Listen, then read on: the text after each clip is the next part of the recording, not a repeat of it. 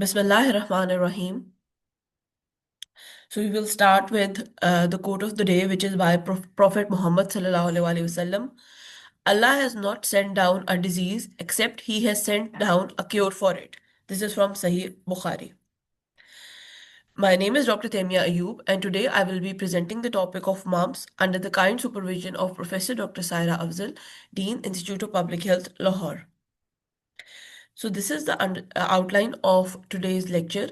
To understand the epidemiology and transmission of mumps, to describe clinical features and complication, to review the diagnosis and management, highlight prevention strategies including vaccination, and to discuss global and national burden, followed by latest development and MCQs.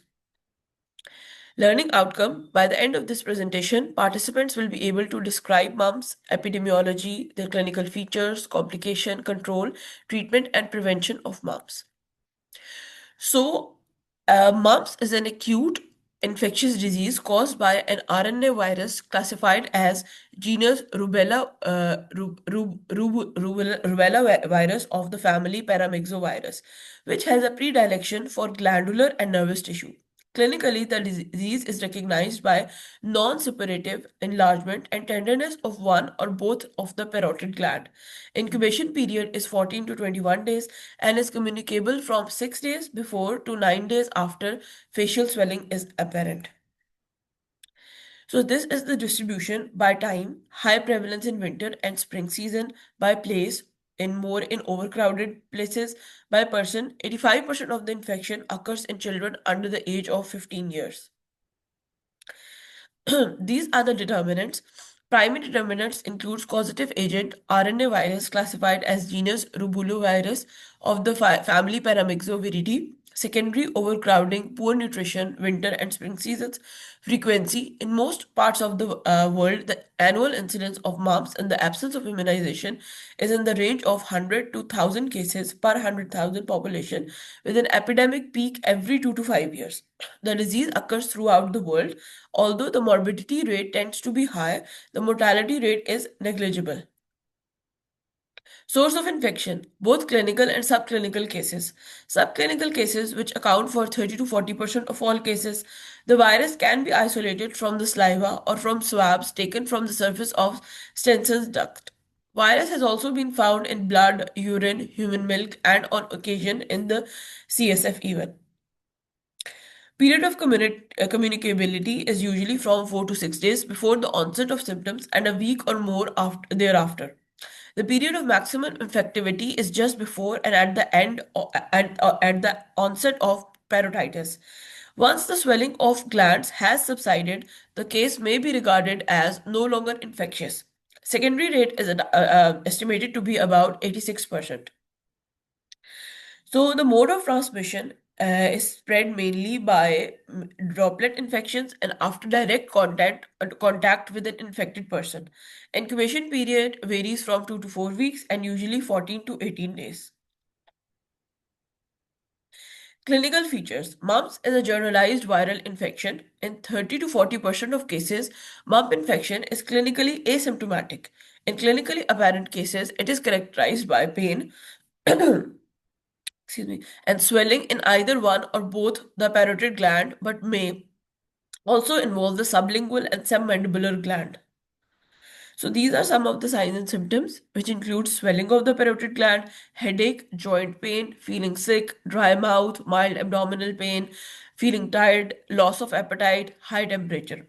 And the complication we will be mentioning them in the next slides also include swollen testicles, swollen ovaries, viral meningitis, pancreatitis, encephalitis, hearing loss, and miscarriages. Often the child complains of earache on the affected side prior to the onset of swelling. There may be swelling and stiffness on opening the mouth before the swelling of the gland is evident. In severe cases, there may be fever, headache, and other constitutional symptoms which last from 3 to 5 days. And the swelling slowly subsides over 1 to 2 weeks. So now we come to complications of mumps. These includes orchitis in females, orchitis in males, oophoritis in females, and other neurological complication. So most common complication is in post-pubertal male is orchitis, which is testicular pain and swelling, rarely leads to infertility. And in females, we have pelvic pain, rare but may occur in post-pubertal women, which is oophoritis. And then we have neurological complication like aseptic meningitis. 15% of the patient may develop meningitis, encephalitis, very small percentage, and hearing loss of sensorineural type is still 5% of the cases. Other complications include pancreatitis, thyroiditis, myocarditis. And if it occurs in pregnancy, mumps infection in the first trimester of pregnancy is associated with a 25% incidence of spontaneous abortion, although congenital malformation following mumps infection in pregnancy have not been reported. So, how can we diagnose the disease? It is mainly based on clinical diagnosis of observation and palpation by parotid gland swelling, fever, and typical symptoms in an unimmunized patient. So, by taking history and by observing, we can arrive at clinical diagnosis.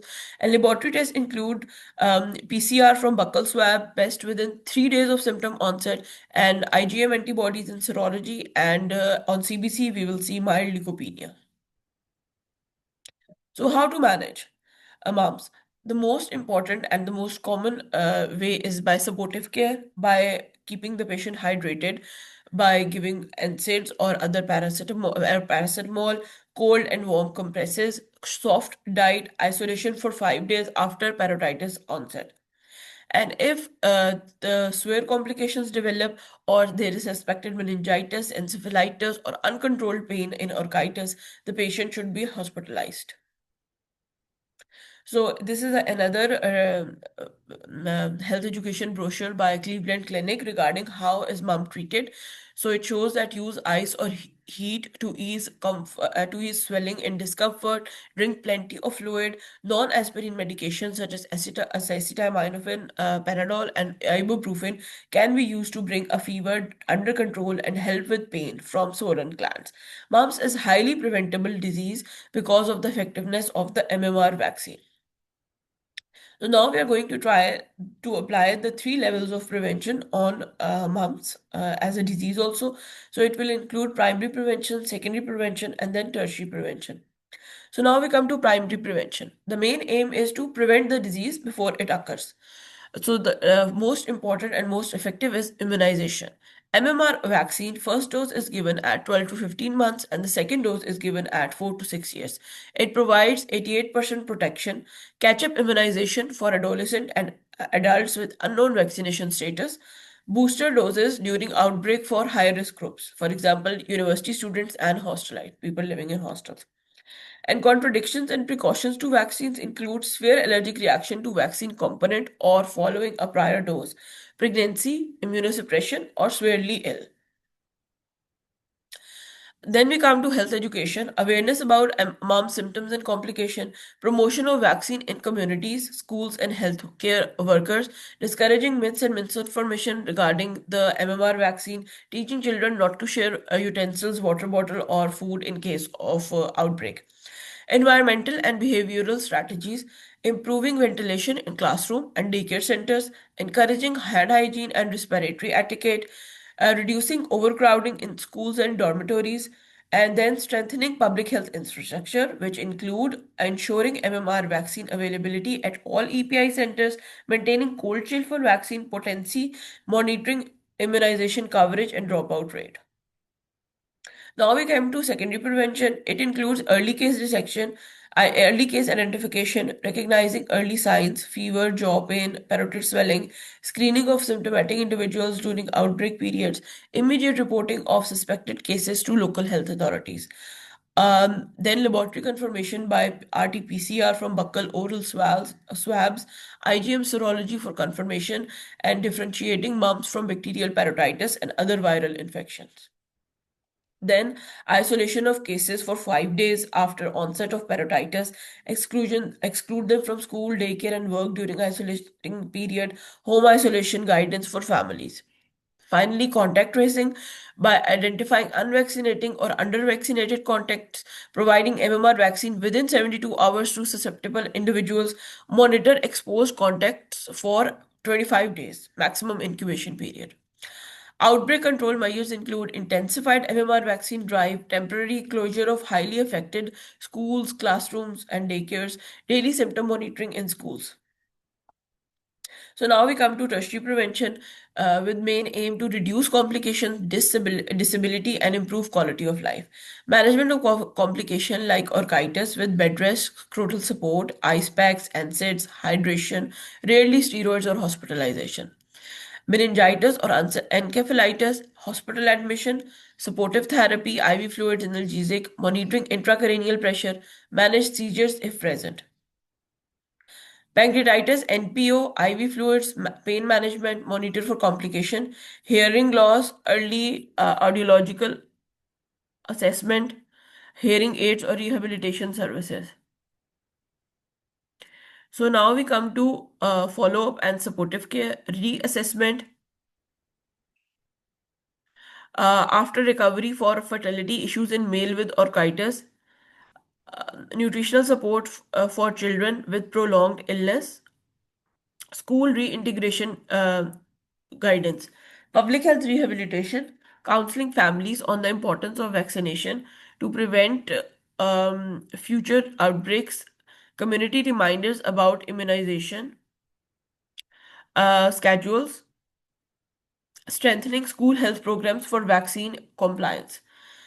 Now we come to burden of disease. First of all, we will discuss the global burden of disease, and the global situation is that mumps occurs worldwide with periodic outbreak every 3 to 5 years.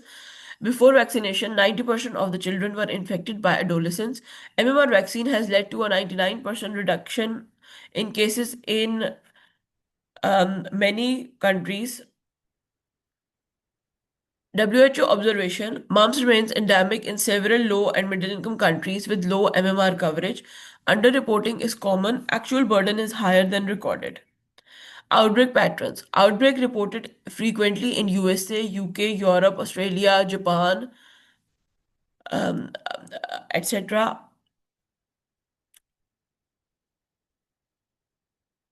Often occurs in crowded setting like hostels, colleges, school, military, barracks, etc. Occur despite vaccination due to waning immunity. So this is the map of the world, and the intensity of the color shows the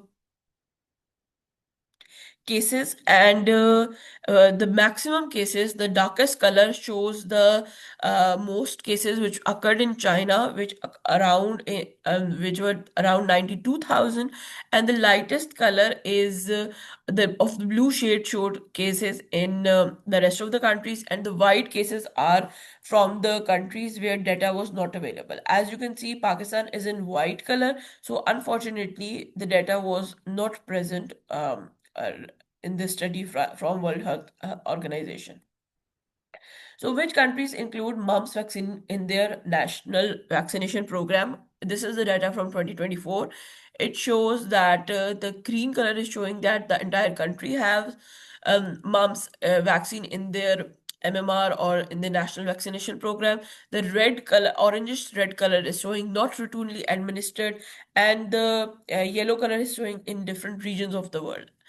Yeah, so Pakistan is in the orange color, which shows that MMR is not routinely administered, along with India and Bangladesh and so on. So now we come to national burden of epidemiology.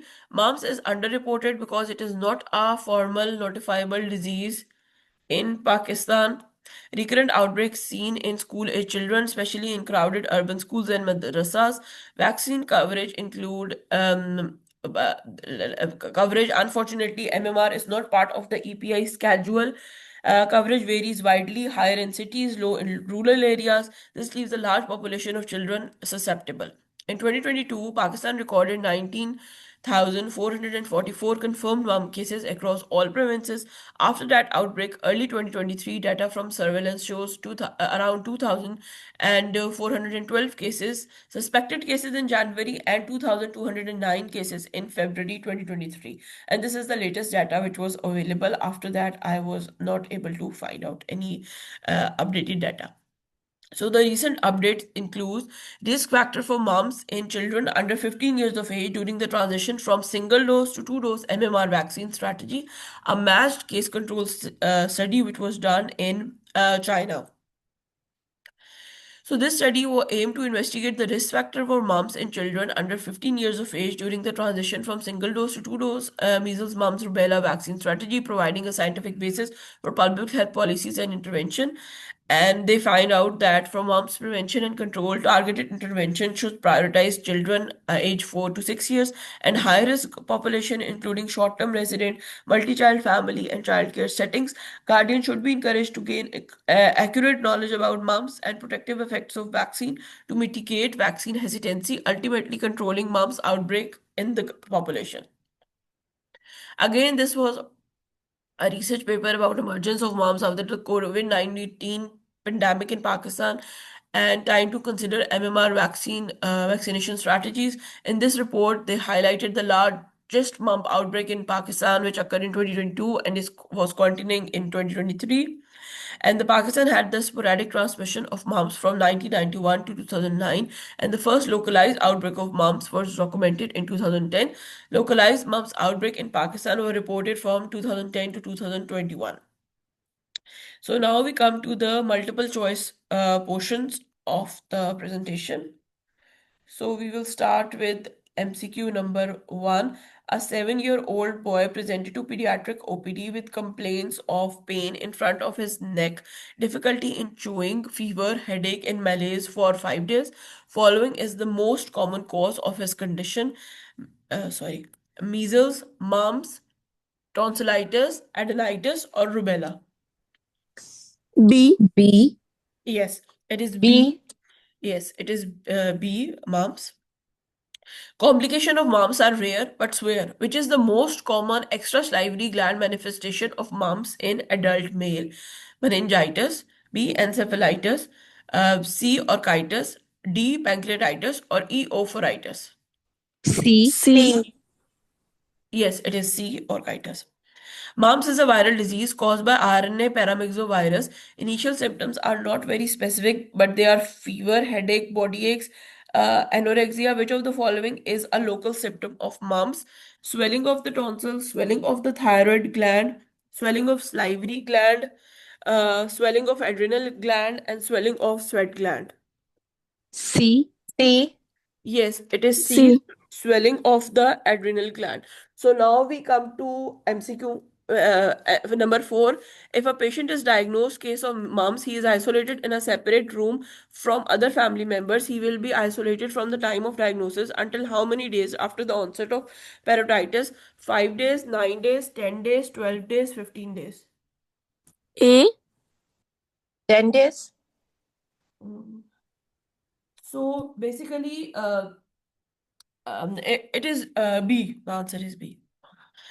MCQ number five. A patient was admitted to the chest ward suffering from respiratory tract infection. He was infected by respiratory droplets. Which of the following disease is not transmitted by respiratory droplets? Chickenpox, mumps, measles, poliomyelitis, and then we have rubella. D. Yes. D. Exactly. D is the answer. Vaccination is the most effective approach in prevention of mumps. Those who are completely vaccinated are mostly immune to mumps. The route of administration of the mumps vaccine is intracutaneous, intradermal, intramuscular, intravenous, or oral. A. For mumps B. vaccine, it is intramuscular. MMR is intramuscular. MCQ 7. A 10-year-old boy presented with fever and unilateral parotid swelling, which feature most strongly suggests mumps. Swelling improves with antibiotic, painful chewing and earache, a rash on trunk, mouth ulcers, or severe joint pain. B. B. Yes, painful chewing and earache. A student with mumps attended class 2 days ago after parotid swelling. What is the risk in this situation to other children present in the class? No risk. Student is no longer infectious. Student remains infectious for 5 days after swelling onset. Only infectious before swelling or infectious for 24 hours only. C. C. Yes, yes, 5 to 7 days at least after swelling onset. A 2 weeks old newborn is brought to clinic after an older siblings develop mumps. The mother is worried and asks how long her baby will remain protected by the maternal antibodies she transferred during pregnancy. For approximately how long is the newborn naturally protected from mumps? 4 weeks, 2 months, 6 months, 1 year, or 15 months. C. So it will the same for measles. About 6 months is the answer for mumps also. Child is migrated to a city with a low probability of exposure to measles and mumps. The child has received 2 doses of MMR vaccine. In the current situation, after further vaccination requirement of the child is should receive no additional vaccine, should receive one additional dose, should receive two additional doses, should receive three additional doses, or should receive a booster dose. A. Low probability of exposure. Yes, so he should not receive any additional dose. This is the key for the MCQs. This is the YouTube channel link where the presentation will be uploaded. And thank you very much for listening. Thank you very much, Dr. Taimia, for shedding light on a very important topic, that is mumps. And we all know that rubella and mumps both are vaccine preventable diseases, and there is a lot of focus